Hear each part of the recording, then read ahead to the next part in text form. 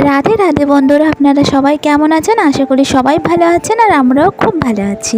আপনাদের ভালোবাসাতে আবারও একটা নতুন ভিডিও নিয়ে চলে এলাম। আর আপনারা তো দেখছেন কি পরিমাণে গরম পড়েছে, আর এই গরমকালে কিন্তু আমরা প্রত্যেকেই টক খেতে খুব পছন্দ করি। তাই আজকের আমার রেসিপি কিন্তু কাঁচা আম দিয়ে।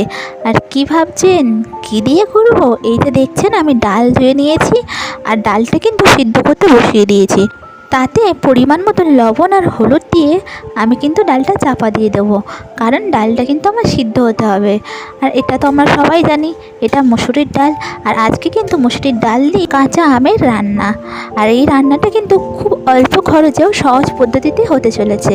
আমরা বাঙালিরা কিন্তু এই ডালটাকে টকের ডাল বলে থাকি। তো দেখুন বন্ধুরা, আমার কিন্তু ডালটা খুব ভালোভাবে সিদ্ধ হয়ে গিয়েছে। এবারে কিন্তু আমি পরিমাণ মতন জল দিয়ে দেবো। টকের ডালটা কিন্তু বন্ধুরা আমরা পাতলা রাখবো, কারণ এই ডালটা কিন্তু পাতলাই রাখে। তো দেখতে থাকুন আমি কেমনভাবে বানাই, আর ভালো লাগলে বাড়িতে অবশ্যই ট্রাই করবেন। গরমের সময় কিন্তু এটা খুবই ভালো, আমাদের শরীরটাকেও ঠান্ডা রাখতে সাহায্য করে।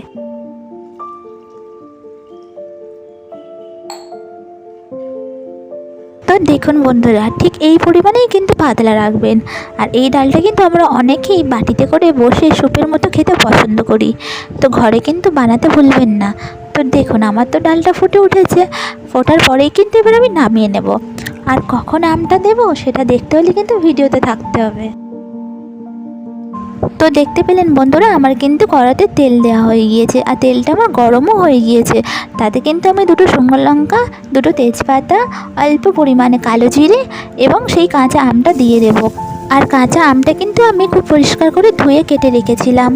আর দেখুন আমি কিন্তু একটু ছোটো ছোটো টুকরো করেছি, আপনারা চাইলে কিন্তু বড় টুকরো করতে পারেন। আমি একটু ছোটো করেই আমটা কেটেছি, আপনারা চাইলে কিন্তু বড় করেই কাটতে পারেন। বড় টুকরো করলেও কোনো অসুবিধা নেই। আর এই পর্যায়ে কিন্তু অবশ্যই লবণ দেবেন, কারণ লবণটা কিন্তু আমটাকে সিদ্ধ করতে সাহায্য করবে। আর গ্যাসের ফ্লেমটা কিন্তু আস্তে করে দেবেন, কারণ গ্যাসটা জোরে থাকলে কিন্তু আমগুলো আমাদের পুড়ে যেতে পারে। যেহেতু আমটা সিদ্ধ করতে আমি জল ব্যবহার করব না, তার জন্য কিন্তু গ্যাসটা আস্তে দিতে বললাম। ঢাকনা দেওয়ার 5 মিনিট পর কিন্তু আমাদের আমটা খুব ভালোভাবে সিদ্ধ হয়ে গিয়েছে।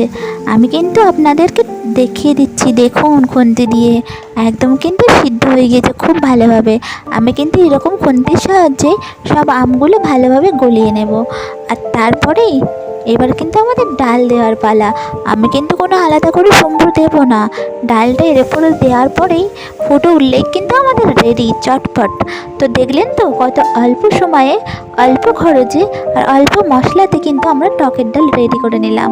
অনেকে কিন্তু চিনি খেতে পছন্দ করে, তার জন্যে ফুটে উঠলে একটু চিনি ব্যবহার করে, কিন্তু আমরা যেহেতু পছন্দ করি না, চিনিটা খুব একটা খাওয়া হয় না, তার জন্য কিন্তু আমি চিনিটা দিলাম না।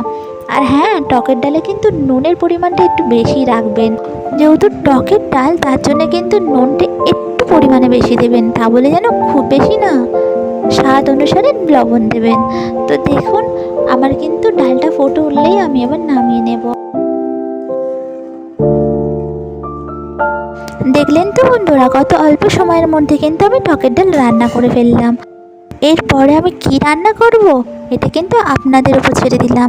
আপনারা আমাকে কমেন্ট করে বলুন আমি কি রান্না আপনাদের দেখাবো। আর আমার ভিডিও ভালো লাগলে লাইক, কমেন্ট এবং আমার চ্যানেলকে সাবস্ক্রাইব করতে ভুলবেন না। আর পাশে থাকা বেল আইকনটি কিন্তু অল করে রাখবেন, যাতে আমার ভিডিও আপনার কাছে সবচেয়ে প্রথমে পৌঁছে যায়। তো ধন্যবাদ বন্ধুরা, ভালো থাকবেন, সুস্থ থাকবেন, রাধে রাধে।